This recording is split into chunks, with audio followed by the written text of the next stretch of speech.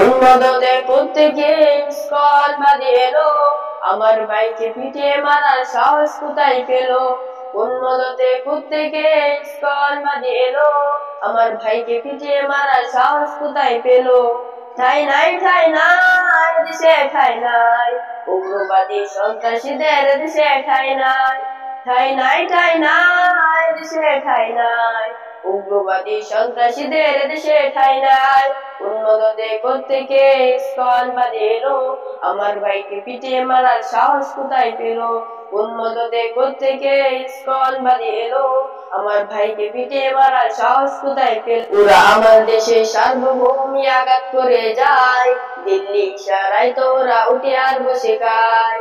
ওরা আমার দেশের পতাকা ওরা বিশ্বাস করে না, ওদের কাছে কোনো আইনে নেই কোনো পরোয়া। ঠাই নাই ঠাই নাই দেশে ঠাই নাই, উগ্রবাদী সন্ত্রাসীদের দেশে ঠাই নাই। ঠাই নাই ঠাই নাই দেশে ঠাই নাই, উগ্রবাদী সন্ত্রাসীদের দেশে ঠাই নাই।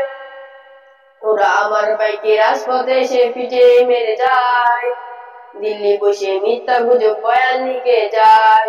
ওরা আমার ভাইকে রাজপথে এসে পিটিয়ে মেরে যায়, ওরা আমার দেশে সার্বভৌমি আঘাত করে যায়, দিল্লি ইশারায় তো ওরা উঠে আর বসে খায়।